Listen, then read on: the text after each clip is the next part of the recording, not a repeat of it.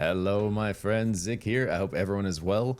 Despite a bunch of other cool games coming out that I've been working on, I continue to find myself thinking and dreaming and basically any free time I have logging onto the Slormancer. It's really just such a good game, and there's so much you can do with the build diversity that I probably will continue kind of coming back to the Slormancer and making builds despite playing other games. So in this video, I basically just wanted to share with you guys the latest build I've been working on, which is sort of a full-blown fire mage look. We are investing very heavily into the fire side of the tree. We're utilizing the burn on our weapon attacks combined with an extremely high critical strike chance to proc a lot of really cool ancestral strike effects, and we're proccing those crits and critical strike effects by just spraying an insane amount of projectiles and explosions constantly onto the map. I'm going to show you just a couple waves of Forge 10 just so you can see what it looks like. And then after that, we are actually going to talk through every kind of piece a little more in detail so you can have some sort of context to those build choices. And hopefully that will help you sort of, mold the build a little bit to fit your own playstyle exactly. All right, so starting off, I just want to show like a 6-gate Wrath 10 Forge. The highest I've done so far is Wrath 8, and we cleared 100 waves, got over 3 million gold chest. We also did that with Wrath 7 right before that. So I don't know exactly how hard this is going to be, but I basically just wanted to show that we kind of have so much pump that we can sort of just stand here, hold our buttons, and destroy. And so this is a fantastic, I'm literally just holding left and right click here, guys, and I'm standing in my laser. So this is like a fantastic build to sort of just, melt the screen in Forge. Obviously, the waves scale up a little bit as you pick these modifiers, but especially at the beginning, without crazy gear, without anything super leveled, we can very much handle the max level 6-wave Forge. And you can see we have enough lifesteal and defensives also to just kind of soak everything that's coming at us at the same time. So if you're looking for a build to sort of reliably clear the Forge, which is, in my opinion, the best way to get gold, you can actually get so much gold. Like you can clear, for example, we cleared Wrath 700 wave in about 60 minutes. That gave us 3.3 million gold with some good rolls. Then right after that, we cleared Wrath 8. And that gave us over 3 million gold. So, and that took us like 66 minutes. So within like 2 hours, we had like over 6 million gold. And, basically anyone can do that if they set up a build like this, where they're able to just power clear Forge waves. And you can also see it's very simple to play. I'm literally just, for the super simple version I'm showing right here, it's obviously you can do more than this. I'm literally just standing on top of my laser and holding down my left click and right click, and it's just detonating the screen because we have so many projectiles and projectile explosions happening. But sort of in general, the way you want to play this is playing through your laser. So your laser is a wall that will essentially destroy all enemy projectiles. It's basically your kind of safe wall, and also you're going to very much benefit from shooting through it. And we're rocking some shoulders that send our projectiles in random directions, but we also have a look that we can do without those shoulders if you don't have them yet, or if you want a little more focused like forward DPS instead of this kind of like screen wide clear. There's a very quick simple gear swap we can do where we just switch our shoulders out. We switch this Ultimatum out for fork or for extra projectiles, and all of a sudden we're shooting everything straight, right? And so we can kind of go from this with literally one gear swap. We can go from this like kind of RNG shooting stuff everywhere screen clear to a much more focused kind of cone pump, where basically I think this version would be better for single target, and then putting on the Drunken Master shoulders is basically going to be better for. And shout out someone, I forget their name, but someone was hanging out in my chat and recommended these shoulders of the Drunken Master, and they actually go crazy with this build once you do get them. Because the way, you can essentially stand in the middle of your beam and everything will split in every direction. You can see I'm getting that kind of split bonus, on all 3 projectiles going in all 3 directions when you kind of hang out in the middle of the beam. All right, so that was Forge 10. Here's Battlefield Wrath 10. And I'm going to take the Drunken Master shoulders off just so you guys can see kind of what the look looks like without the chaos of the random projectiles. And it's just a little more kind of focused fire to forward, right? So it's almost like a bit of like a play style decision, whether you want to kind of lean into, being a little more directional with your projectiles like this, which, you can get more damage out in a single direction this way than you can with the Drunken Pauldron shoulders, right? See how many kind of like chain explosions I have going in that direction. However, if you're more just kind of like power farming, and with the bounce we have, these pads of the Drunken Master just go kind of turbo, where, you almost don't even have to aim. You can kind of just run in, hold down your stuff and just power spray everything. and you know, it's going to result in it kind of getting deleted. And you know, this is like literally this is the highest difficulty you can do in the game right now for this content, right? Wrath 10, 6-gate forge, and you know, Wrath 10 battlefield, like it doesn't really get any higher than this, and we still have a ton of room to grow in the build, right? We're not anywhere close to max power in the guild or in the build. Our gear is not fully dialed out. We don't have all the legendaries we want. We're still missing like a bunch of rune levels. We have basically no ultimatum levels, right? We do have a good amount of Slorm invested into our skills and stuff. You can see our skill raw damage from points invested is at 3,460, and our elemental is at 3,189. So we, you know, we do have some extra points invested, but it's not a crazy amount. It's not like we have this whole board filled up or anything like that. And so, you know, I think kind of the base power line of this build feels pretty good, especially compared to the other stuff I've tried. And if you've been working with or watched some of my previous builds, I still think that the kind of infinite life leech Staff of Relentless Transference build is going to have more survivability and viability for bossing than this build. However, this is the best build I've played at sort of just wave clear and pumping.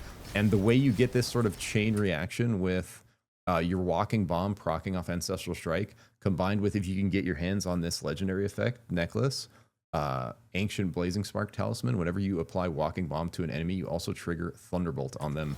And Thunderbolt is this one we actually were messing with a little bit when we were over on the lightning side. It just calls down this massive elemental lightning bolt. So we basically get free elemental lightning bolts. You'll see anytime my my wave spread here, you'll see these lightning bolts coming down. That's basically free lightning bolts coming off our living bombs proccing from Ancestral Strikes. So hopefully this kind of gives you an idea of, you know, what it's looking like in Battlefield. And we haven't really done any Netherworld progression since we moved away from the Infinite Life Leech build. I've mainly just been trying to get this build online, like first theory craft it, which I did like on Monday, and then trying to get it online on Tuesday. And I did live stream both those sessions, so if you're interested in kind of seeing the progression, those VODs are both on my Twitch, and I also posted the second one on my second YouTube channel, which I will link in the description if you're interested. But I do just want to show you guys like how it holds up in the Netherworld. A lot of these maps are going to be harder than others depending on the mod. So one thing I've really realized about the Netherworld is the difficulty of each map is very much going to depend on these mods and how they kind of synergize with your build. And the worst mod, I think, for Mage in general is Shadow. Any kind of Shadow, because it stops healing. And so it stops our ability to Life Leech. It stops our ability to Life on Hit. And so basically kind of the main way we're generating health to stay alive, Shadow shuts off. So in general, Shadow is going to be the hardest, I think, for almost any Mage build, but it's likely I will switch back to that kind of Life Leech version to try to take on some of the harder Shadow ones, because that one does have better lifesteal. However, this one has significantly better wave clear. This is the best wave clear that I've used in a build. And by the way, like if you're using that Lightning Leech build, you can come to this wardrobe, check it out. You can save the Lightning Leech build, like even down to the gear, exactly how you want it in this wardrobe, right? And then you could save this fire build here. And so you could very easily kind of swap between them depending on what you're wanting to do. And I'll also, if you're interested in the Infinite Life Leech version, I will also link that in the description. But this wardrobe right here, right by the blacksmith, is a really good way to kind of be able to switch between, okay, here's my Infinite Life Leech bossing build. I'm going to put this on for Shadow Netherworld, for Warlords, etc.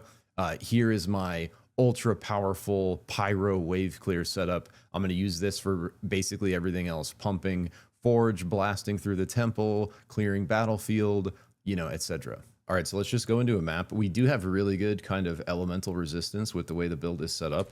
We'll take a look at the attributes here, but we have a very kind of defensive setup. However, this builds through a talent that we're running. All this converts into elemental damage here. So all of our elemental resistance is getting a 15% conversion over to elemental damage, giving us over 6,000 base elemental damage off of a single node. But anyways, we can see this map. It's got floor is lava, it's got endless fire, it's got ice bombs, and it's got multiple projectiles. So let's just like take a look at how this feels with this setup. Like again, we kind of have our kind of primary like benefit of this build is our damage and our wave clear. So, you know, you kind of have a lot of times so much burst that you can sort of kill stuff before it really even has the time to mess with you. And you can see all these guys even have, from that last mod that just hit, like double health shield, right? So they're all kind of double the health that they even should be. And even though I suck and I'm getting frozen over and over, it just doesn't even matter because our LE resist is so high. And we literally, as long as there's stuff to hit, we can heal. So just stand here, pump. And the only thing that's going to kind of turn off this mojo is if we get hit by shadow effects, right? So the main time that's going to happen is if you're on a mod with shadow effects, or if you close one of these red breaches and you get a negative shadow effect up here. That's essentially going to turn off your life steal and your life on hit. And essentially what you want to do in that situation is just back off for a sec, wait for the shadow thing that's causing the anti-healing, the debuff, to fall off. It's usually just a couple seconds, and then just like keep pumping. And you can see I'm in a little, if you can't hit stuff, to my point, is like kind of the only time you're going to be under pressure. But if there is stuff to hit, you just regen very fast. So we can see, you know, even though this is just kind of a fully offensive build with just a little bit of life steal and life on hit, we can very much, you know, kind of just stand in a Wrath 7 Netherworld and just pump and be very kind of safe, even without crazy, you know, gear or any like crazy special uniques or anything. And I will say, you know, even though we're using a few legendaries for this build, you can certainly make the build work without any legendaries. And we'll talk about that a little more in depth in the gear setup. But hopefully this kind of gives you an idea, you know, of kind of how the build is feeling and coping with the effects happening in the Netherworld. All right, dope. So that's the gameplay. Hopefully that gives you a good idea kind of how the build feels, how the build plays, etc. Gives you a good idea of whether or not you want to run it yourself. So if you do want to run it yourself, here we're going to take a very quick look at the full setup all at once, and you can use this section as reference to set the build up yourself. And then after this, we're going to take a look at each section a little more in detail and talk through kind of the logic and the choices behind it. Okay, so starting us out, we have switched over to the Devoted Scholar spec away from Phlegmatic Caster. This gives us access to the Wall of Omen. I was a little skeptical about the Wall of Omen at first, but it's actually so insanely strong. It's a really, really cool ability. So we are boosting it with Arcanic Leyline, Speed Gate, Safety Bolt, Immaterial Body, Invigorate, Wall of Termination, Bouncing Magic, and Temporal Split. For our primary skill, we are using the beautiful, the wonderful, the ability I cannot seem to let go, Arcane Missiles. We are boosting that with Incomplete Missile, Temporal Missile, which is kind of what we need to make our Orb of Mastery work, Arcanic Tempo, Remnant Lock, and Emblematic Missile. And then finally, coming over to our Orb of the Arcane Master, we are running Unfinished Orb, Orb of the Headmaster, Master the Arcane Missile, Temporal Friction, and Orb of the Breacher. For our Ancestral Legacy tree, we are building fully into fire, and we're doing something really cool to get this one for free. So we're starting out with Pain Weaver. We are then moving up to Elemental Boost, then into Arming the Bomb. This is going to make our Ancestral Strikes apply Walking Bomb. We're also running a necklace. This is probably our most important legendary that we'll get to. It has this effect. Whenever you apply Walking Bomb to an enemy, you also trigger Thunderbolt on them. And so you're going to be wanting to not only, you know, grab these Walking Bomb ones, but also make sure you are leveling up your Thunderbolt down here. So from Arming the Bomb, we are going to make the Walking Bomb spread twice, again, further enabling the Thunderstruck. From there, we're grabbing Fiery Weapons to imbue our weapons with fire. This gives all of our attacks the ability to ignite enemies and cause burn. And we are supplementing that with Comfort Zone, which gives us plus 40% critical strike chance against burning enemies. So we have an extremely high critical strike chance against anything that's on fire. We're also grabbing these last two for extra fire resistance here. And finally, this More Fire, which makes it so burn can stack up to 7 times. And the main reason we're grabbing More Fire is because if we grab this one and this one, we get this one for free through an interaction with our staff. Once you unlock the primordial version of the Staff of Ancestral Wrath, we can see this primordial benediction at the bottom. If both the first and second imbue skills of an element are equipped, then the third imbue skill of that element is automatically equipped and at max rank. So because we're grabbing fiery weapons and making our burn last longer, we automatically get a max rank heat wave, which is just going to make our fire imbue skills deal bonus damage for every heat source within range. Heat source or Walking Bomb or burn, which we're both doing, as well as ourselves. So we essentially have 3 sources to boost this heat wave burning that we're getting essentially for free off of our staff interaction. For our Ancestral Stone, we already quickly mentioned it.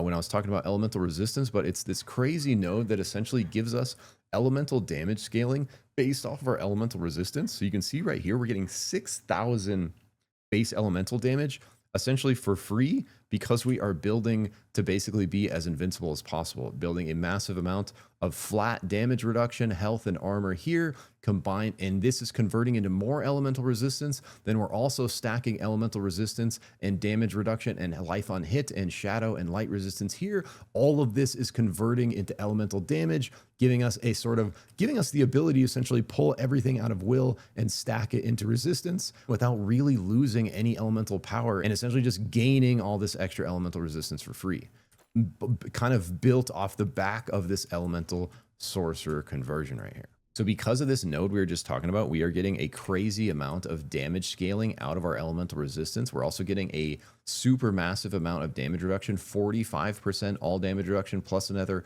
17% elite damage reduction, plus more melee damage reduction.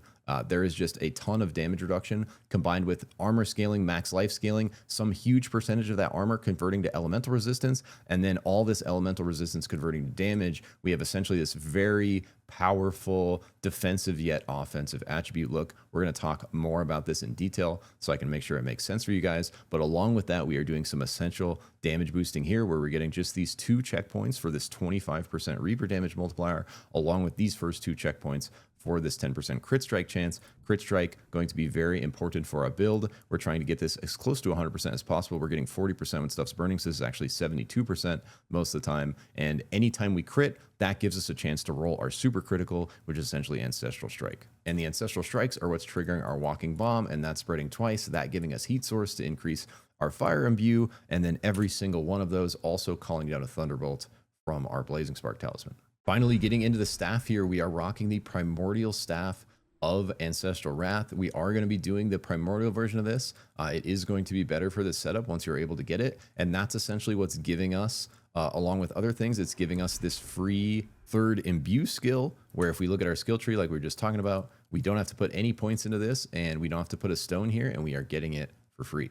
The other Primordial benefit is that we can actually use this proc where we shoot the daggers out for free anytime it's up without consuming the daggers. So it also gives us an extra way to do it's these daggers that shoot out from you. It's a big kind of screen wide burn. So we can essentially use that to activate the burn. So our first wave of damage is critically striking. We are complementing the staff with Rune of the Nimble Warrior, giving us crit strike, chance and damage, Ancestral Strike, chance and damage. We are supplementing that with the enhancement Rune of Astorius, going to reduce the constraint and increase the effect, as well as activating it with the Rune of Astorius, essentially the one that triggers off of kills. We also have another good option for this that we can look to switch to, especially for bossing, and potentially might have even better value than the kill one. I just haven't got a chance to level it up or test it yet. And that would be this activation Rune of Hagen, especially as we continue to scale our critical strike chance and damage up.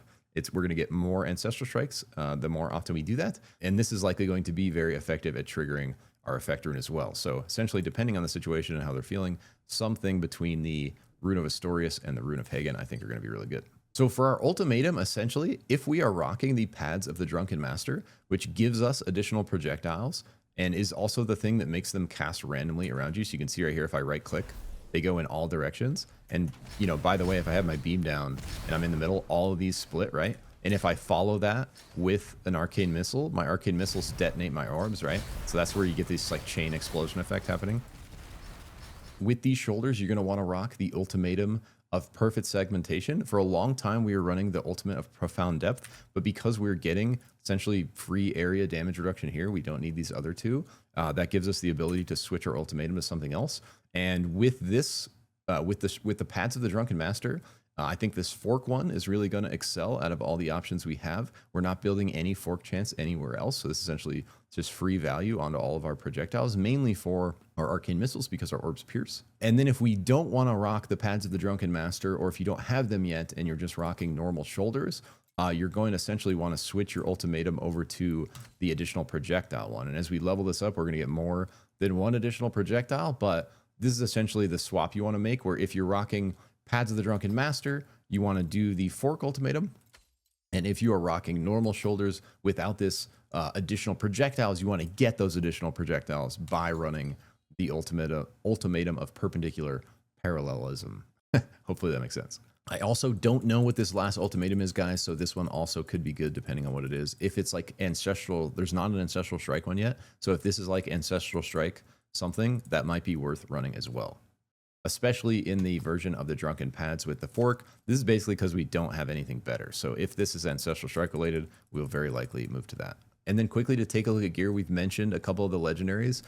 I would say the most important legendary is this Blazing Spark effect to give us the Thunderbolt on the Walking Bomb. I really think this is the main one you need. Like, I think you could make the build work very, very good with just this legendary. I think the next best one to kind of enable it to be cool is these Pads of the Drunken Master, and essentially being able to switch these based on what you want to do, right? If you want kind of more focused cone DPS, you use regular shoulders. If you want more like bouncing, screed wide, clearing explosions, you rock Pads of the Drunken Master. And we already mentioned how kind of easy, you know, of a swap that is. These bracers, but these are like unessential. Like, you certainly don't need these, and we're not getting a crazy amount of our total damage from our Orb of the Arcane Master, so these are certainly not essential. This belt is just great for survivability. Essentially just gives you one-shot protection and makes it so stuff can't hit you for more than 35% of your max life and shield.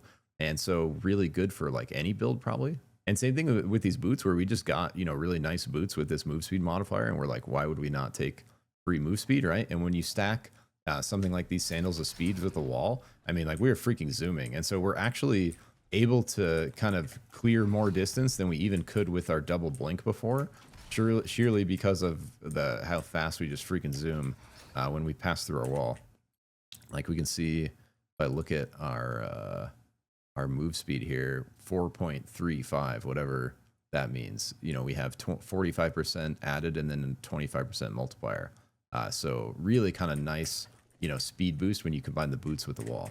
Beyond that, on gear, defensively, we're very much focused on armor, elemental resistance, and max life. And for armor and elemental resistance, at first, you want to focus on base values. You want to cover your base value first. If you have an extra roll, then you want to look for the percentage. But because we're getting so much percentage here on both elemental resistance and armor from our attributes, you want to basically multiply against these increased percentages with base values. That's going to give you sort of the biggest bang for your buck math-wise. And same thing with max life, where you're going to want to try to build some solid max life base rolls, and then like this chest, if you have an extra roll you can use for percent max life and stack them, that's going to be even better. And this is going to give you a situation where you have over 50% of both of these, and your health is going to start to scale very, very high. This is going to synergize very well with this belt, where like the max I can get hit for is 10,000. Because I have 30,000 health, that's only going to be, you know, 34% of my max life. I'm still going to have 20,000 health or so, you know, to survive after that massive hit. So, and that leads us into probably the #1 most important thing for, I think, any mage build in this game, unless you're doing something very special around like shields or something, is life on hit and life leech. So you're going to want to find gloves with a life on hit and life leech roll. Probably the most important part of this whole setup is finding those rolls. You can get them on the magic and rare stats, guys. So on any gloves you find that are high item level, just re-roll the magic stats to either life on hit or life leech, and then re-roll the rare stats to the other one. You know, you can get lucky and get them on the epic stats like this. Like, these gloves are insane because I also have the mana leech on there, like pure stat. Like, these are just really, really good. See, I also have crit strike chance and ancestral strike chance. But essentially for gear, we are looking for life on hit and life leech on our hands, on our chest, and on our helm. We're also looking for those same rolls anywhere we can accidentally get them in the epic stats. And if you can re-roll to that kind of stuff in the epic stats, you want to do that as well. Offensively, we're essentially only focused on elemental damage, critical strike chance, and ancestral strike chance. Elemental damage is the most important, critical strike chance is the second most important, ancestral strike chance is the third most important. In this build, we don't really need raw damage. All that's kind of just coming along from the ride from our skills. All right, so the last kind of thing we want to think about is our mana.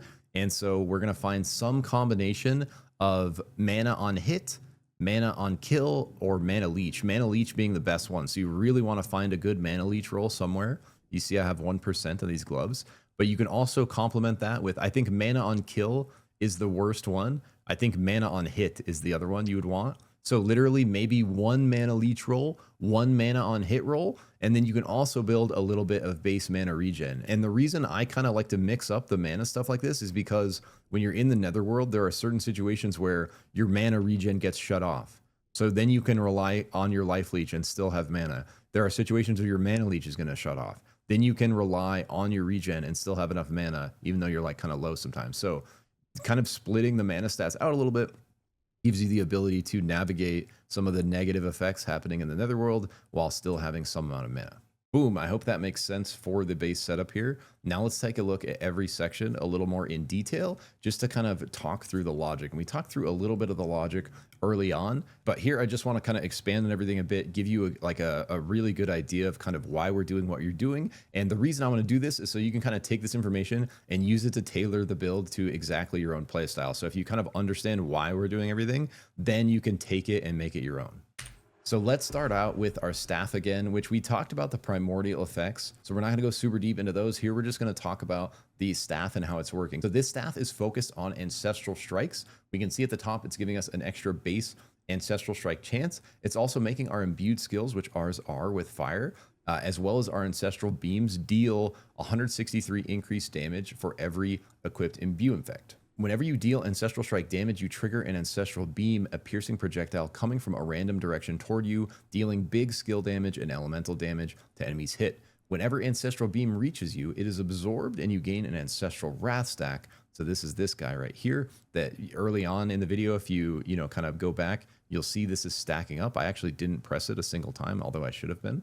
And the reason I didn't press it is because it will auto trigger fire all around you when it gets to max stacks, and then the stacks will reset. So you can see right here, you then have a 0% chance to trigger Ancestral Wrath. This chance is equal to your Wrath stack. So once your stacks get to maximum, which is like 25, 30 or something like that, they will trigger themselves, explode all around you, and then start rebuilding from 1. So without ever touching this button, all this stuff is going to be happening automatically. And the Ancestral Beams are imbued as if they were our primary or secondary skills. So the most important thing here is these automatic beams trigger our burn, because they're imbued with fire, right? Our burn gives us 40% more crit chance. That gives us even more chance to proc Ancestral Strikes, continuing to feed these Ancestral Beams. Now, kind of the main primordial effect that we're going to be using like in combat with this, like actively, is this second paragraph under the benediction. Whenever you activate Ancestral Wrath, you no longer consume your Ancestral Wrath stacks. So just to like demonstrate this mechanic real quick, like you'll see as we're Ancestral Striking, those stacks are kind of just building automatically, right? When they reach max, you'll see this giant kind of Nova explosion just shoot out of me. However, anywhere in this window, I can just trigger that myself, right? And so depending on how many stacks I have, you can see that's how many beams it shoots out. And the cool thing is it doesn't use the beams. So we can essentially just cast this on cooldown for free in between our other spells. And it's going to give us this kind of screen wide thing. And the reason this is really good is especially if you have something like 16 stacks, like running the next room, you can instantly trigger burn on everything in the room right away because this is imbued with our fire, right? And then that's going to give you the crit chance. So now you have the 40% increased crit chance. Now your first wave of missiles and orbs are going to be at the max crit chance, giving them the highest potential to crit. And then if they crit, then they can trigger more Ancestral Strikes. So essentially, along with this Ancestral Beam thing happening automatically, you now have this also extra spell you can just continue to throw out. It's going to be more valuable, like the higher they're stacked. And you'll see somewhere along the way, like right there, they'll auto shoot and it will reset. All right, so that's the staff setup. Hopefully that makes sense. This Rune of the Nimble Warrior is kind of the clear winner for us in the effect runes because of how important Critical Strike chance and Critical Strike damage and Ancestral Strike chance and Ancestral Strike damage are to our build. This is also going to increase our primary skill damage. It's just a very, very kind of strong buff effect rune for this setup. So I think this is really going to be kind of our clear winner out of these choices. Just to synergize with this build. Like I mentioned earlier, I think we have a couple options for activation runes. I think if you're completely mobbing through stuff like a maniac, like in Forge and stuff, I think this kill rune is going to be the best. And then for stuff where there's not quite as many mobs or like boss fights and stuff, I think switching to this activation rune of Hagen and leveling up is also going to be really good because this is basically going to proc, essentially as much as our Wrath stacks. Because anytime we get a Wrath stack, that means we've Ancestral Striked, right? And so, all we need to do is get 21 wrath stacks for this to proc our effect rune. So this might even be better than the kill rune in the end. I just haven't had a huge amount of time to test it, but essentially kind of, finding which one you like or which one's feeling better in which situation between the kill rune, which is the activation rune of Astorius, and the Ancestral Strike rune, which is the activation rune of Hagen, I think is going to be your best play for activation. And then for enhancement, I've tried a bunch of different ones. I think this one is going to synergize best with the Rune of the Nimble Warrior because we're getting this reduced constraint. And this Rune of the Nimble Warrior has a really high constraint. It's by base like 200 if I change this. 224% constraint. Compare that to something like Laser Beam, 56% constraint, right? So it has a very kind of high, and what constraint means is how much of this you need to do to activate it. And so if we run Enhancement Rune of Astorius, we can reduce that from 224% required off of this effect rune to 171%. So like 50% reduction in the constraint. At the same time, we get 19% increased effect as well, which is kind of the, what some of these other runes do, just not even as effectively. And this is equal to the affinity with the Reaper Smith of our effect rune. So essentially the more green juice over at Corey that we're dumping into, so because this is an Adrian rune, right?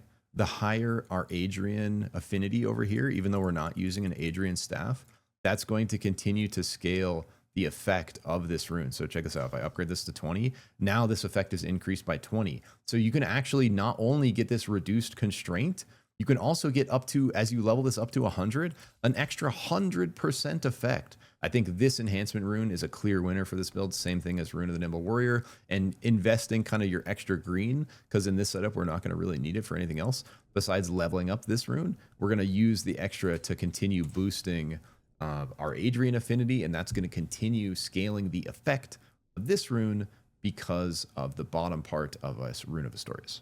So that's the rune setup. We talked about Ultimatum a little bit.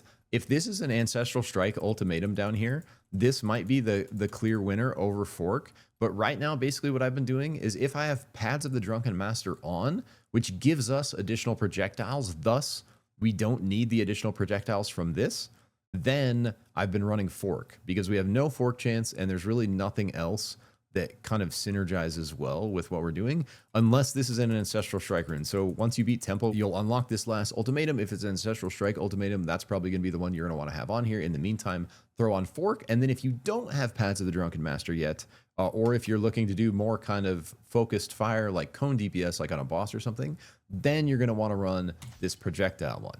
And I think even if this is an Ancestral Strike Ultimatum, either way, you're going to want to run projectiles here because this is the only way we're getting extra projectiles without the +3 from the Pads of the Drunken Master here, right? And this is going to scale up to hopefully 2, maybe a little more than that extra projectiles. But, in this setup, instead of the crazy, kind of screen wide bouncing like we talked about, we're going to have more of this sort of like cone where everything's going forward and they're all going to, kind of split. And the more we scale these up, the more additional, projectiles are going to be shooting this direction, and we can explode those in the cone with our missiles. So, it's kind of just like, this is the focused fire look. And then for the screen wide clear look, we're going to switch back away from the Ultimatum of Perpendicular Parallelism to either the Ultimatum of Perfect Segmentation, which is the Fork, or this one if it's Ancestral Strike, and that's better. And this is going to put us in the version where it's more of this everywhere. We're not really aiming, we're more just like causing like bouncing chaos in whatever room we're in. All right, now taking a deeper look at the skills, I mainly switched away from Phlegmatic Scholar because I just wanted to try something else. And I really wanted to give this wall a fair try because I was really skeptical of it at first. But now that I've played with it for a while, it's actually so freaking strong, in a huge part because of this one. Enemy projectiles passing through the wall are destroyed. So we can literally use it as like a huge defensive barrier, and especially against like shadow effects and shadow projectiles that are coming into play in the Netherworld. I think this is just an insanely strong kind of talent, and this is like very much kind of a utility skill. So what we're doing here, we're getting increased area size to increase the volume of our explosions, the length of the wall, like the volume of the orbs, like, almost everything we're doing is going to benefit from increased size. We're getting this crazy extra move speed when we move through the wall, which stacked with our boots is going to let us absolutely zoom like faster than even being able to blink on cooldown. We're taking Safety Bolt, and this is going to give us increased damage to enemies affected by Time Lock. We're doing a little kind of cheeky time lock thing here, which is essentially going to give us time lock for free when we're AoEing. And so we're just going to get bonus damage off this one. We're also taking area damage reduction here so we can run a different ultimatum instead of running this one we've kind of been stuck to, the Ultimatum of Profound Depth. Remember, this 30% area damage reduction is going to be stacking with this 15% all damage reduction, which is stacking with this 30% all damage reduction, which is stacking with this 17% elite damage reduction, which is stacking with this melee damage reduction to anything close to you. So we have a kind of crazy amount of stacking damage reduction in this build. We're also running Invigorate, and this is going to do the same thing where when we time lock stuff with this little missile setup, we're going to get stacking elemental damage. Then we're getting Wall of Termination, which is literally going to destroy enemy projectiles. So once you take this, you can now use your wall to protect yourself. So if there's mobs over here shooting at you, you can literally just go like this. And then not only is that going to protect you from their projectiles, it's going to let you pump into them and split your projectiles as well. And then coming down here, we're getting bounce magic and adding that with a couple extra bounce rolls on our gear to give us close to 100% bounce chance. And that's what's giving us this kind of echo, because not only you see our orbs are bouncing, our missiles are also bouncing. And remember, every time a missile hits an orb, it explodes, right? So when we get this, when we get our orbs to bounce and we get our missiles to bounce and we stand in our beam, we essentially get this, you know, our missiles, because our missiles are bouncing, they're hitting multiple orbs. So each missile is proccing multiple orb explosions, and then all the orbs are bouncing and existing for longer, giving the missiles more targets to kind of randomly explode. So once you're kind of standing pumping for a few seconds, you just have this crazy, you know, kind of full screen explosion clear effect. And finally, we're getting Temporal Split, which we just saw there. Friendly projectiles passing through the Wall of Omen split into two. So our missiles and our orbs, they won't split more than once. So if they pass through it a second time after a bounce, they won't split again, but they will trigger an explosion. So not only does shooting an orb proc this explosion off the orb, also it passing through the wall procs the explosion, right? And with that last talent, it's also going to split, and our missiles are also going to split as well. And that works really well, where if this orb splits, the missile splitting, like you can see they hit directly on the orb, right? Watch the orb split, watch the missile split and hit directly on the orb. See what I mean? So essentially, you know, the splitting is not only great to double the projectiles, it's also the way it kind of works is guaranteeing the explosions as well if we're kind of shooting in the same spot. Okay, so that's our Wall of Omen. I tried a bunch of different stuff. I really wanted to try to move away from Arcane Missile for our primary skill. I was really trying to make Chronopuncture work. I just couldn't get it to feel good. Missiles just feel so much better, especially with this explosion thing we're doing. And so we are still stuck on missiles, but I'm totally cool with it because it's just such a fun and good spell. It feels like such a solid, you know, kind of main damage pump in my opinion. So for missiles, we are running this increased attack speed because we're not really getting attack speed anywhere else. This is really just going to help with our missile pump. We are converting our missiles into temporal missiles, and this is what we need to do in order to proc this explosion off the orb that we've been seeing. So we can see whenever temporal arcane missile hits an orb, it triggers a temporal explosion, dealing big elemental damage. So that's the reason for this. Then we are going up here to give us stacking extra projectiles. So we can see every time I shoot a missile, it's going to give me one more projectile. So let me take off Pads of the Drunken Master. So every time I shoot a projectile, it'll increase the amount by one. So there's 2, there's 3, there's 4. Now it'll go back to 1. So 1, 2, 3, 4. That's kind of, you know, the mantra of this this upgrade is just going to increase your missiles. But then if you stack that with something of the, like Pads of the Arcane Master, where you already have more additional projectiles, or, you know, this ultimatum like we're looking at, you know, now all of a sudden our first shot is 2, our second shot is 3, our third shot is 4, our fifth shot is 5, right? And so if you add projectiles to the stack, like it kind of, you know, just adds to the base starting value.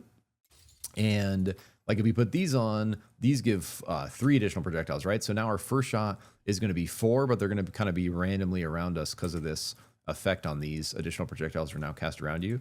So it's like we have 4, then it's gonna be 5, then it's gonna be 6, then it's gonna be 7, then it's gonna reset to 4, right? So that's basically the way this Arcanic Tempo rune works. And because we're kind of trying to, you know, hit as many of these orbs as possible to trigger as many explosions as possible, this skill just synergizes very well with this build. Finally, we are ending with Remnant Lock and Emblematic Missile, and these two essentially kind of go hand in hand, where we need this one to proc this one. So this makes it so whenever we cast Arcane Missile, we trigger a remnant of Arcane Missile on a random nearby enemy for each non-Arcanic emblem that we have. In this build, the only time we have non-Arcanic emblems is when we cast Orb of the Arcane Master. And as soon as we cast Orb of the Arcane Master, it's instantly followed by Missile, so that orb goes away. So we're always going to have a very high amount of temporal emblems. And because of that, when we cast Arcane Missile, we're going to be automatically triggering remnants of it on random nearby enemies often. Thus, we can run this, which makes it so remnants of Arcane Missiles, which we're getting from this every time we cast Arcane Missiles, give a 25% chance to apply Time Lock. That's the freeze that crowd controls and makes them take increased damage from us running this increased damage to enemies affected by Time Lock. So essentially what this does is while we're spraying our missiles, we're getting this free, kind of extra damage crowd control, Time Lock synergy just automatically proccing off of this emblematic missile. Finally, for the skills, for our secondary skill, we are using Orb of the Arcane Master. This thing is really, really fun. I've been having a really good time messing with it and trying to get it work. We did try some big orb looks, but this kind of more projectile explosion look has just been feeling really strong. So we're starting out with Unfinished Orb because cooldown reduction is a big deal on here to make it work. However, once you get this online, which essentially lets you scale the cooldown reduction of the orb based on your mastery level of Arcane Missile, and we can see we're building basically fully into mastery of Arcane Missile, intentionally not only to scale our missiles, right, but also to scale this cooldown reduction. So we kind of get double value from pumping. See how on all my gear, almost it's all Arcane Missile. That's not only boosting our Arcane Missile damage. I have a couple that are Orb, but really in the end, I think you're going to want all of them to be Missile because of this synergy, right? And so we're getting not only extra Missile scaling by a lot, we're also getting this extra cooldown reduction from Master of the Arcane Missile essentially for free if we do that. And there's one final version of that down here, Orb of the Breacher, where we're essentially going to get 2% cooldown reduction for each level of Arcane Breach. So somewhere along the way, you're going to want to get your Breach to level 15 because that's going to make this one give you 30% extra cooldown reduction instead of just the 6 I have here. Once you've done that, you're going to be getting 30% plus cooldown reduction here. You're going to be getting 30% cooldown reduction here. You're going to be able to drop this and not have to take this decreased damage. That's going to let you just not have to worry about these bracers at all. So you really don't even need these or have to run these once you kind of get to max power here because of the fact that we're going to be getting such good a cooldown reduction scaling just from the skill ranks in these two abilities, right? And once we're there, that will let us drop this. But you're really going to want to start here because the cooldown reduction feels better than it doing slightly less damage from this damage reduction, right? So start here. Once you feel like you have enough cooldown reduction from these two nodes, so essentially once I level my Breach closer to 15, I'm going to move this over to here and I'm going to use it with the Fork Ultimatum. So essentially when I'm doing the look where I'm running the Paths of the Drunken Master with the Fork rune, this is literally just going to give us extra damage based on our Fork chance. So that's like a swap we could make. Once you've gotten these two things online, I think you will be able to move away for this. However, if you just like a really low cooldown reduction on your orbs and you want to shoot them all the time, I think you can certainly run both and it still will be very effective because the more orbs we're getting out, the more explosions we're able to trigger with our Arcane Missiles. So I essentially think this one is always going to be good. I think there are going to be cases to try this one or this one, depending on if you have your cooldown reduction covered from these two already. So we can see I have my cooldown reduction covered from the missiles one. Like we saw, we're very built into Arcane Missiles. We just have to level up our Breach to 15 to get much more value out of this node here. So we've looked at basically everything here except for this one and this one. So this is just going to give us increased critical strike chance, critical strike damage, and ancestral strike chance based on which emblems we have. We're never going to benefit from the damage, but we don't need that because we're not using obliteration emblems. But because we're using arcanic emblems and temporal emblems, we're just going to get another more free critical strike chance and more ancestral strike chance. And this effect combined with the critical strike chance we're building on our gear, combined with the extra 40% critical strike chance we're getting from burn, combined with the extra critical strike chance we're getting from our Fury here, is putting us basically at 100% critical strike chance. And if we're at 100% critical strike chance, that makes it so our ancestral strikes always have a chance to proc. If you don't crit, your ancestral strikes don't even get to roll. They don't even get a chance to proc, right? So critical striking is the first condition to an Ancestral Strike happening. Once the critical strike happens, then you also have to roll an Ancestral Strike for the Ancestral Strike to go through. If your critical strike chance is 100%, which is essentially what this build is geared toward, that's going to make it so every single roll has a chance at those Ancestral Strikes. Every single Ancestral Strike makes a living bomb. The living bomb spread twice and then calls down a Thunderbolt from our necklace. And then the final skill to bring it all together, probably like one of the most important skills out of the whole thing, is this Temporal Friction. So whenever Temporal Arcane Missile collides with Orb of the Arcane Master, it triggers a temporal explosion, dealing elemental damage to enemies in a radius. And this also is true for our Wall of Omens. So anytime our missiles hit an orb, it will trigger an explosion. And anytime our orbs pass through the wall, it will trigger an explosion and also split the orbs into two from the previous wall talent, right? And we're really kind of building around this specific skill setup to trigger, like, you know, just a massive, massive amount of like screen wide bouncing explosions happening. All right, so that's an in-depth look at the skills. Let's take a little closer look at the ancestral tree here real quick. So we see starting out, this is mainly for pathing, but it's not going to hurt. We're getting scaling raw damage percentage, damage to elites, and life regen. This is moving us into base elemental damage with percentage elemental damage. The percentage elemental damage giving us kind of the biggest bonus here. Then we're going into arming the bomb. This is the thing we've been talking about that's going to make it so when we ancestral strike, it's going to put walking bomb on an enemy. We can see here walking bomb triggers after 2 seconds or after being killed, dealing big elemental damage to enemies within a radius and then spreading to enemies hit by the explosion once. We are then boosting that, and also for pathing with this, which makes the walking bomb spread twice, mainly to get to this, which is essentially giving us 40% extra crit chance on enemies affected by burn. And right around the crit chance we're at, when we add the extra critical strike chance from our rune, and when we add the extra critical strike chance from this Orb of the Headmaster talent, and when we add the extra critical strike chance from our burn, with right around where we're at, we are getting very close to 100% critical strike chance. Again, like we just mentioned, you need to critical strike before you even have the chance to ancestral strike. So getting to 100% crit strike chance is essentially giving our ancestral strike chance the ability to roll every single time.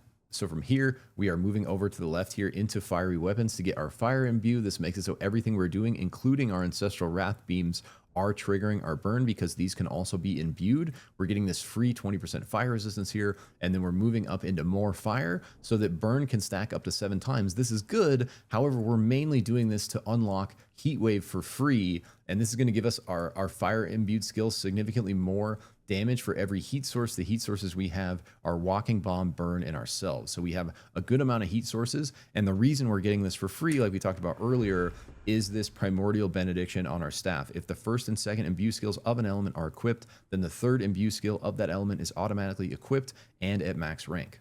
So we've secured additional power on the ancestral tree for free, and we have this very strong burn crit kind of setup going. We are supplementing that with this elemental sorcerer, and we talked about this a bit when we were mentioning the skills and the attributes early on, but this just has insane synergy with the way we are building our attributes. So what this node alone lets us do, and we're going to this one with our ancestral stone. So when you beat Adam, you'll get this green stone that you can put anywhere on the map. This is what I essentially think is the most powerful kind of spot for it out of the things I've tried for our setup, because it lets us build fully defensively in our attributes, but pretty much, and get a crazy amount of elemental damage scaling still off of our resistance, because we're getting 25% of our armor to convert into elemental resistance, giving us an extra 6,500 elemental resistance. And then all of our elemental resistance is getting converted into elemental damage from this rune. So essentially 25% of our armor and 100% of our elemental resistance, 15% of that is getting converted into elemental damage. So right now you can see for us, that's 6,000 base elemental damage. We are essentially getting for free if we choose to build defensively. So what this lets us do is pull all of that scaling out of will and invest it all into determination, get all this defensive value, and then get the same amount of damage almost we are getting for will, basically for free, while getting all the defensives at the same time, kind of holding on to this crazy max life armor stack we've been already getting and doing with our other build in toughness, right? And so I really think this node is very, very powerful, and I think this is going to be very powerful for many different mage setups if you're looking to push deeper into endgame and live. So definitely, just a good node worth considering if you're looking at more of a invincible kind of attribute setup like we are doing. And then finally here, you're going to want to remember to come down to Thunderstruck and make sure this guy is leveled up to max rank, because the Thunderbolt that's getting triggered from this is what's happening from our necklace. So every time we proc the Walking Bomb, that Thunderbolt is what's getting called down from the Ancient Blazing Spark Talisman effect. All right, so that is our Ancestral tree. Hopefully that makes sense. All right, so it's a great time to just take a look at our attribute setup because basically what I've done as part of this setup, because of that node we were just looking at, it enabled us to essentially pull all of our willpower, put it into determination, and get almost the same amount of elemental damage out of it, while also stacking this massive amount of benefit from the extra elemental resistance percentage, along with all this juice that comes with the determination tree, mainly all this bonus life on hit that comes after this node. We also get big max life here, 9 plus 14%, so 23% max life here, huge multiplier. Extra damage to elites, huge elite damage reduction, another 17% damage reduction against elites and bosses here.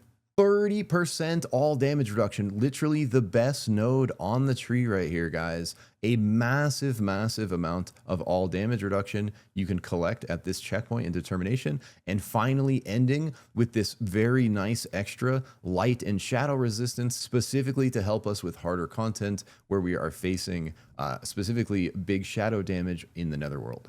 We're combining this 30% all damage reduction here with this 17% extra damage reduction on elites with another 15% all damage reduction up here in toughness.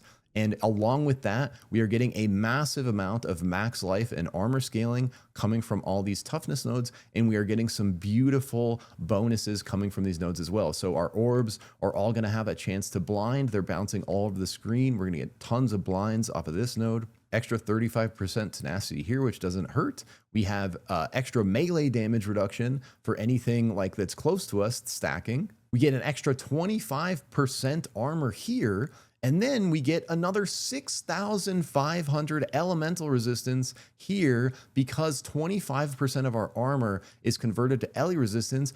By the way, this node is also scaling off of that conversion as well. So not only are we turning our elemental resistance into damage here, we are also turning our armor into 6,500 more elemental resistance, and that is also boosting our elemental damage here. So this node, Elemental Sorcerer, I think has turbo synergy with an attribute setup, something like this.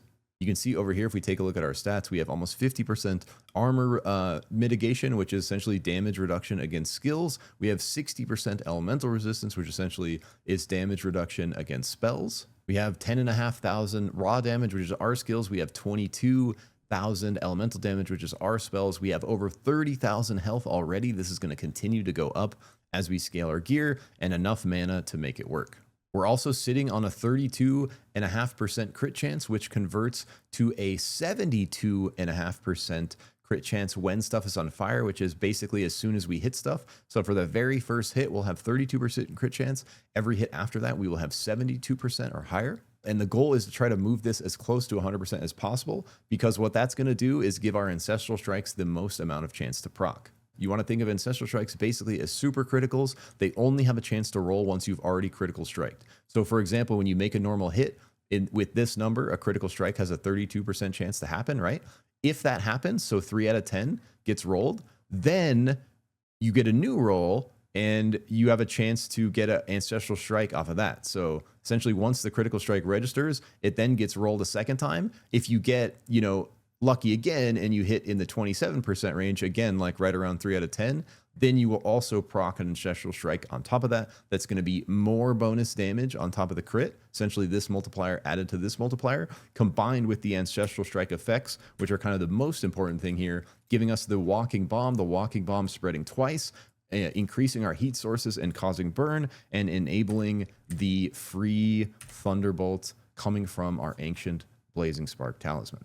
At the same time as this crazy defensive stack, we are doing a couple very critical offensive things, mainly getting this Reaper damage multiplier, 25% Reaper damage multiplier, guys. That is a very big number, as well as an extra, basically, free 10 skill points here, 10 attribute points here to get 10% extra crit chance. We get a little bit of extra invasion percentage, but we're mainly after this 4 and 6% crit chance. So this is basically giving us 25% Reaper damage multiplier combined with an extra 10% crit chance on top of this crazy defensive stack we're doing that's all converting to elemental damage through this elemental sorcerer node. So finally, that brings us to kind of the last big section here, which we're going to take a look at is gearing.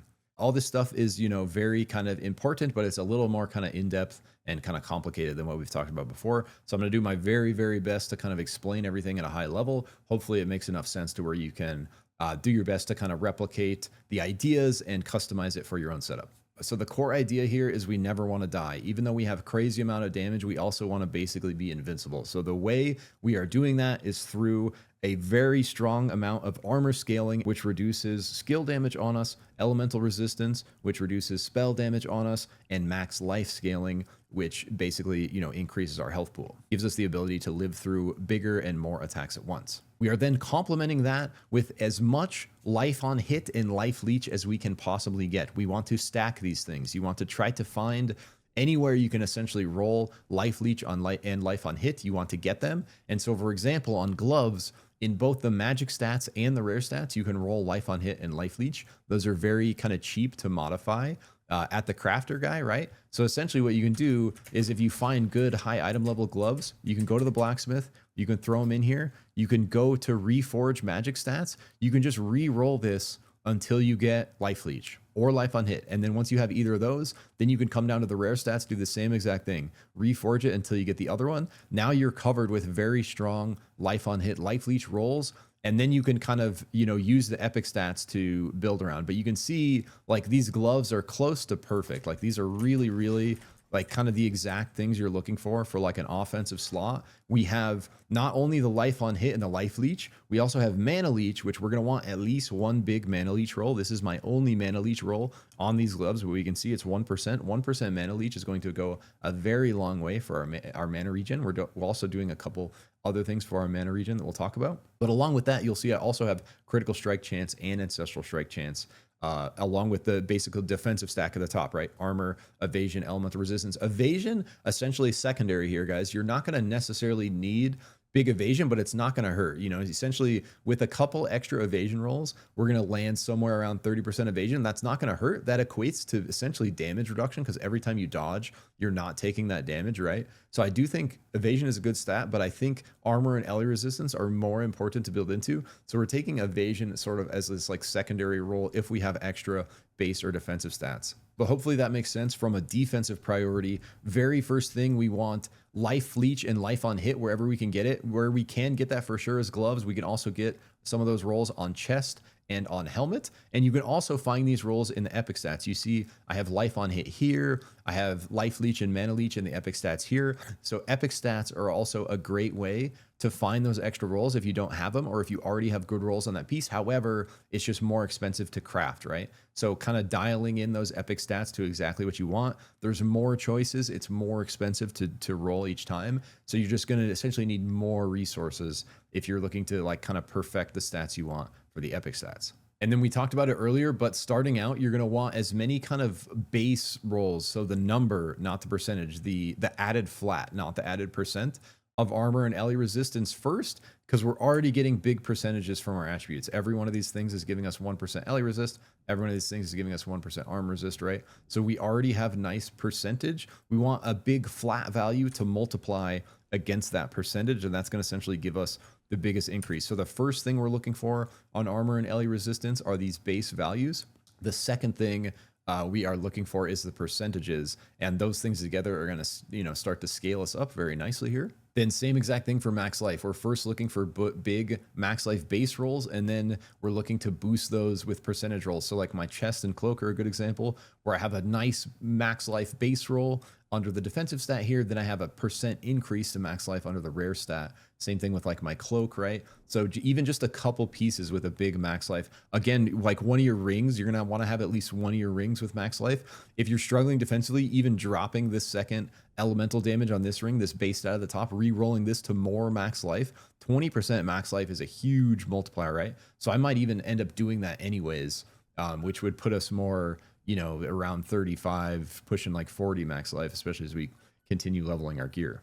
But yeah, for defensive, this is our golden trio: armor, elemental resist, max life. Support it with as much life on hit and life leech as you can possibly build.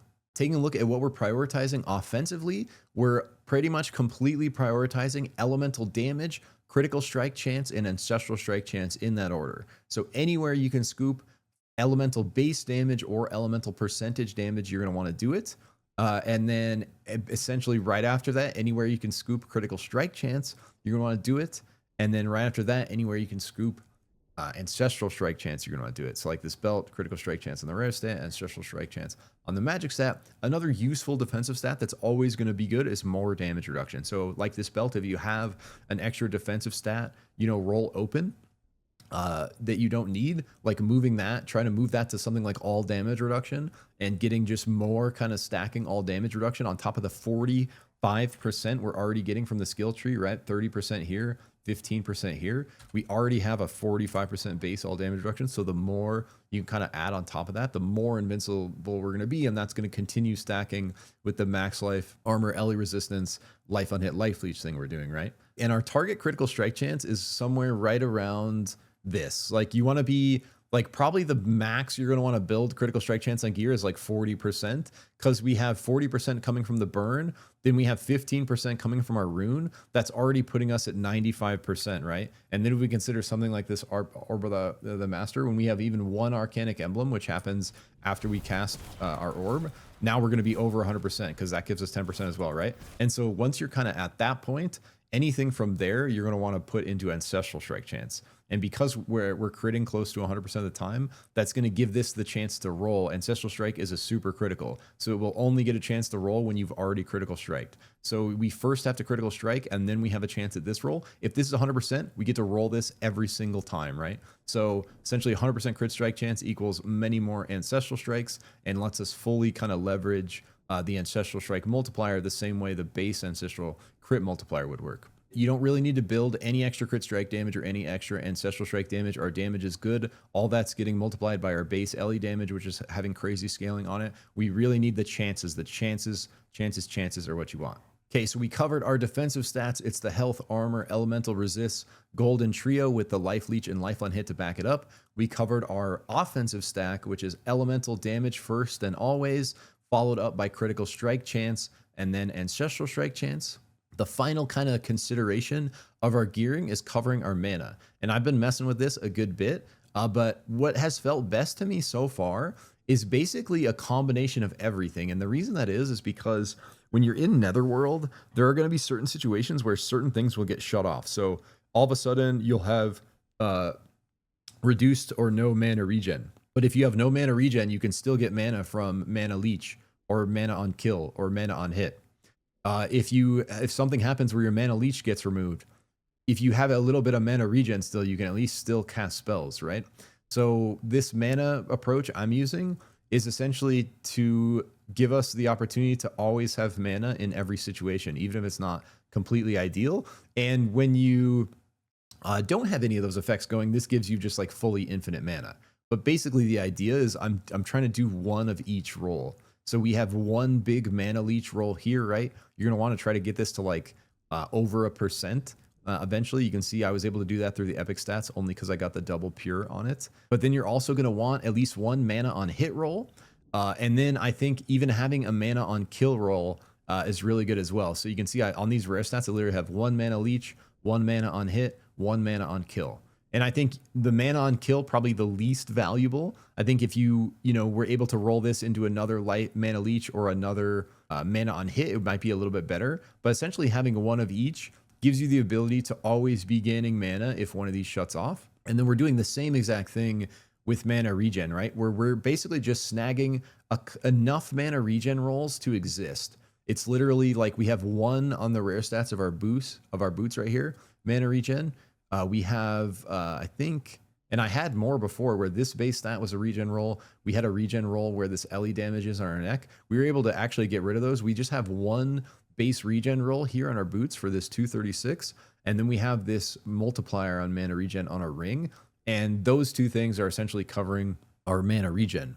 So we literally have one of each type of mana roll. We have a nice mana leech roll. We have a nice mana on hit roll. We have a nice mana on kill roll. We have a nice base mana regen roll, and we have a nice mana regen percentage roll. And those 5 things, like literally one of each type of mana roll, like literally one of each of these, right? Essentially makes it so I have unlimited mana in most situations. And then when I run into one of these situations where one of these pieces gets shuts off, I still have enough to have mana and cast, even if it's not infinite mana, right? So hopefully that kind of makes sense here for the base stats on the gearing.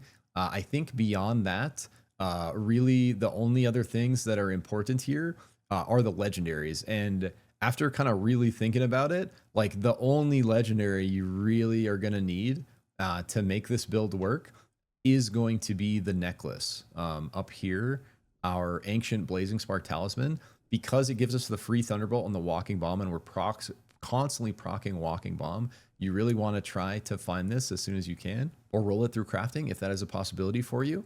I think the second best legendary is going to be the Pads of the Drunken Master, purely because of the additional projectiles and for the way it kind of shoots around you. I do think these are not necessary and could be swapped off depending on the situation, and I might end up gear swapping them like during bosses, where we've talked about this a couple times. Pads of the Drunken Master gives us, you know, the crazy, chaotic, every direction screen clear. If we switch that to something like these shoulders and the projectile ultimatum, it gives us more of like a focused fire look, right? Where all that, you know, kind of projectile is going in front of us instead of randomly across the screen. So this might be, you know, sort of a better look for bosses, you know, more kind of focused fire. But you can see we don't need the Pads of the Drunken Master to make it work, right? It's just a little bit of a different look. And so really those are the 2 essential legendaries. These other ones I have on are complementary. These ones I think are actually very minimal value. We're mainly running them because we're running this skill. But once we get this skill all the way leveled up, like we talked about, we might not even need this extra cooldown reduction. So we might be able to try, you know, one of these other ones. It mainly will be this one, honestly, because this one takes away our orb bounce and turns them into remnants, which doesn't give us the explosions anymore. So it's either going to be this one or just stick it on this one for an insane amount of cooldown reduction. Like this one plus this one plus this one could get us to like over 100% cooldown reduction on the orb, which could feel really, really good. But basically this just helps with this decreased damage, right? So we're already getting some decreased damage on our orb and missiles from this malediction. Our primary pump is not coming from our orb skill damage, guys. So you really don't have to worry about that damage reduction. And if you have these, great, wear them. But like if this was not level 96 bracers with a pure stat on Ellie Resist, I wouldn't be wearing them, right? It's literally just because I think they had the life leech roll on this, or wait, no, it looks like I crafted that. But basically, you know, this helps, but is certainly not necessarily. I think probably a really helpful one defensively for almost any mage build, like we mentioned earlier, is this Ara's Unbreakable Barrier, which makes it so you literally cannot be hit for 34% more of your max life. So you basically can't get one shot anymore. It's essentially one shot protection. And with how giant our health pool is, you know, if we do take damage that was one shotting instead of one shotting us, like let's say we take a hit that's like 50,000 worth of damage, instead of taking us to 0 and killing us instantly, it's going to take us to 20,000 health. So we can literally soak 3 of those and probably still be alive because of how much lifesteal we're getting back in the window where we're taking that damage. So this belt just great for surviving giant hits and really leans into our lifesteal, because if we can survive those hits just long enough to pump a little damage, we can get all that health back almost instantly, right? And same thing with our boots, kind of the last legendary we're wearing here. Helpful, but not necessarily. I really like the way the extra move speed feels when you stack it with the wall. It puts the multiplier on top of the bonus, so it feels like we're actually just freaking zooming like so fast when we have those together. But you know, again, certainly not necessary to make the build work. Just, you know, sort of extra added mobility and speed for the power clear.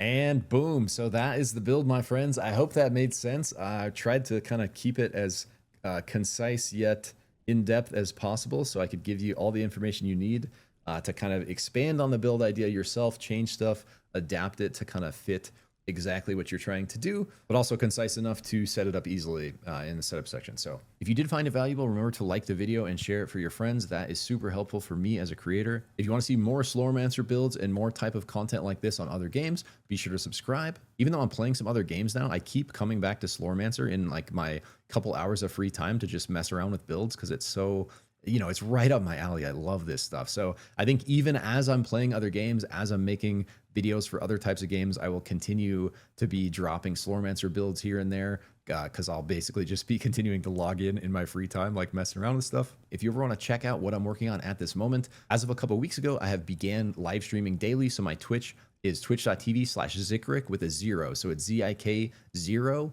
RIK, because Zikrik was already taken, rip. And I finally figured out the multi-stream thing where I'll also be streaming to my second YouTube channel on Zik Plays. If you like the YouTube viewing experience more, I also finally have a Kick account set up, so we're streaming to that as well if you prefer Kick. But if you want to stop by, say hi, ask any questions. I'm currently playing the Slormancer Dune Awakening as of Thursday, as well as playtesting the Ashes of Creation Alpha with my homies kind of whenever we have free time. So that's kind of what's on the gaming agenda right now. I'm also really into Path of Exile 2, so as the content from that continues to come out, I'll be looking to do some Path of Exile 2 videos. That's just like a huge time investment, much more so than stuff like this. So, and if you don't have the time to come by and say hi on the live stream and you want to ask me a question, be sure to drop that in the comments, because I try to check out all those and respond to as many of them as I can. So with that, I just want to thank you so much for watching. I want to remind you to take care of yourself and keep blasted. I'll catch you in the next one. Peace.